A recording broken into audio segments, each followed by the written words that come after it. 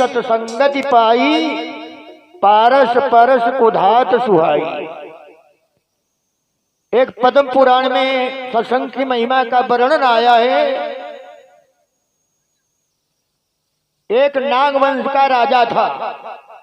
कथा से मैं जोड़ रहा हूं समयानुसार, जितना समय है।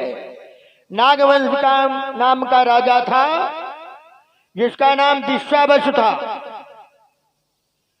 उसकी एक कन्या थी जिसका नाम मंदालसा था। मंदालसा, एक दिन की बात है, नागवंश का राजा विश्वावसु तालकेतु नाम का निशाचर नागवंश में जाकर के कन्या को, बाल कन्या को हरण कर लिया। कन्या बाल्यावस्था में है। ले जाकर के उसने गालब ऋषि की कुटिया में रक्षा के लिए गालब ऋषि को समर्पण कर दी। कन्या, इसकी रक्षा करो। तालकेतु नाम का निशाचर जंगल में चला गया। नागवंश के राजा विश्वावसु चिंतित बैठे हैं। तब तक ऋतुध्वज राजकुमार आ गया। ऋतुध्वज राजकुमार से सारी व्यथा बताई। ऋतुध्वज नाम के राजा जाकर के जंगल में पहुंचे तो तालकेतु निश्चर को देखा। तालकेतु निश्चर को जब देखा, वो दौड़ता हुआ आया। राजकुमार ऋतुध्वज से मुठभेड़ हो गई। राजकुमार ने तालकेतु को मार डाला। जाकर के गालब ऋषि की कुटिया में पहुंचे। गालब ऋषि की कुटिया में वो कन्या विराजमान है। गालब ऋषि को साष्टांग प्रणाम किया राजकुमार ने। अब कन्या से पूछा। कन्या बोली, मैं विश्वावसु नाम की कन्या हूं।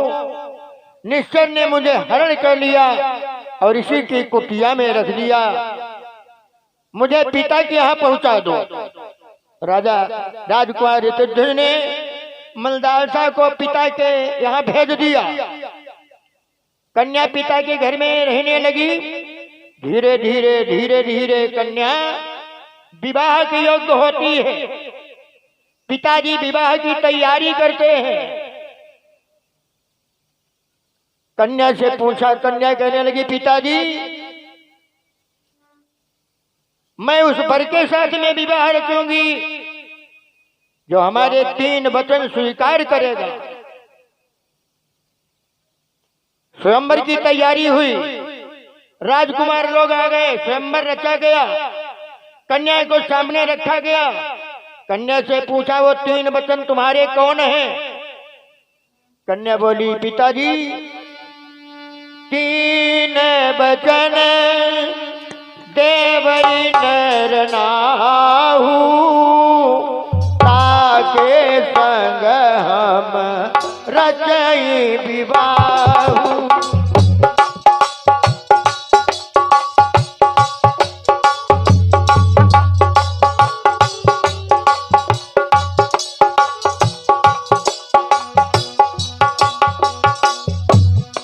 वचन मेरे, पहला वचन, पिताजी, राजकुमार बैठे हैं। एक तो जो मम द्वारे आवई, मंगल विमुख जान नहीं पावई।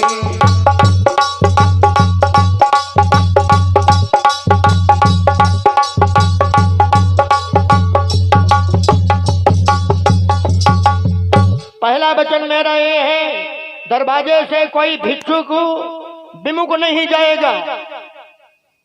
पिताजी ने कहा, बिटिया दूसरा वचन कौन सा है?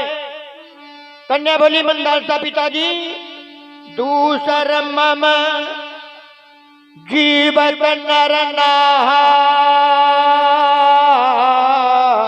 और करई नयोर नारी संग ब्याह।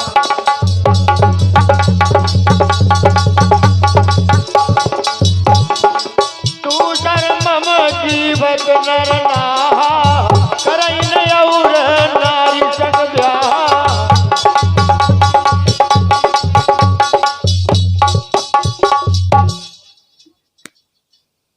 कौशल कुमार के नाम से भैया ने 51 मुद्रा अर्पण किए हैं। गोपाल जी कल्याण करें। दूसरा वचन है, हमारे जिंदगी में जिंदा में दूसरा विवाह नहीं रह सकते हैं। तीसरा वचन, पिताजी ने पूछा तो बिटिया कहने लगी,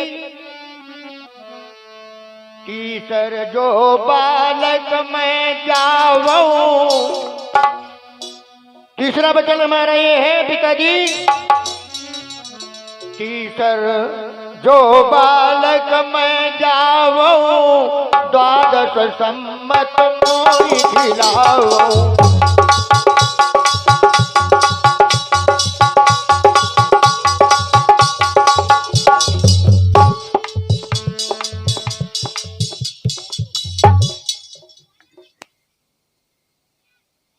रघुनाथ के नाम से 10 मुद्रा, उमेश के नाम से 5 मुद्रा बच्चा प्रदान कर रहा है। परमात्मा मेधावी बना।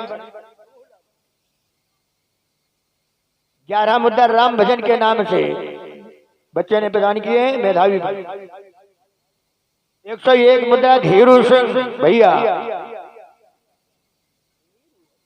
नीरी धूरी है कई बार, नीरू सिंह धर्म के लिए इस पे लिखे दो, परमात्मा सुखी रखे।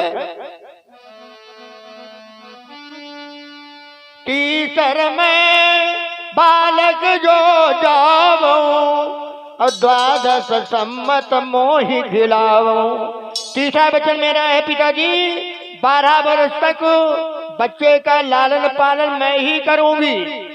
जो बालक जन्म लेगा, असप्रण कठिन समुझी मन माही,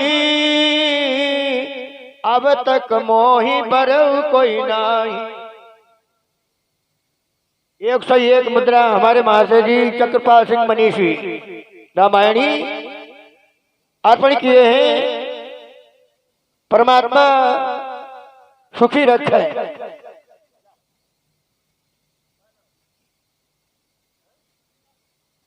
पूरन के नाम से बिटिया सासू बढ़िया मेरे 11 मुद्रा प्रदान किए। परमात्मा सुखी रखे।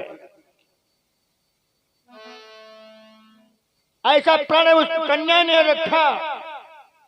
समस्त राजाओं ने देखा स्वयंवर में बैठे हैं, कोई राजा 3 वचन को स्वीकार नहीं कर रहा है। राजकुमार ऋतुध्वज नाम के राजा कहने लगे, मैं इस प्रण को 3 वचन स्वीकार कर रहा।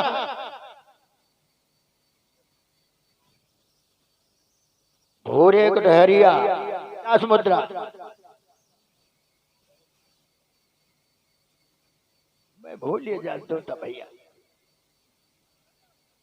ऋतुध्वज नाम के राजा के साथ में विवाह हो गया। 3 वचन को स्वीकारी दे दी।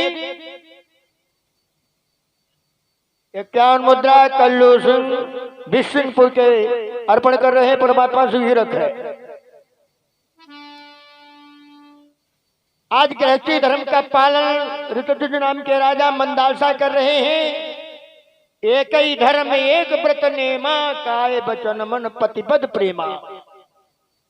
गृहस्थी धर्म का पालन दोनों कर रहे हैं। गंगाधर राजपूत 51 मुद्रा, भूल गए ना, दोबारा पूछ जाए। परमात्मा सुखी रखो।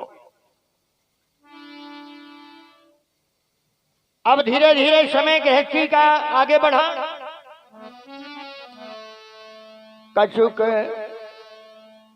कछुक काल बीते सुत भयऊ, चेरियु का नहीं कबहू देऊ।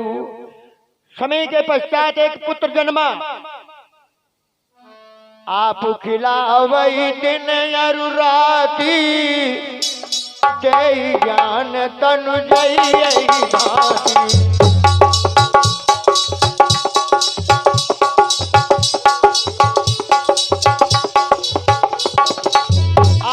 खिलावई दिन अरु, जय ज्ञान तनु जय भाती।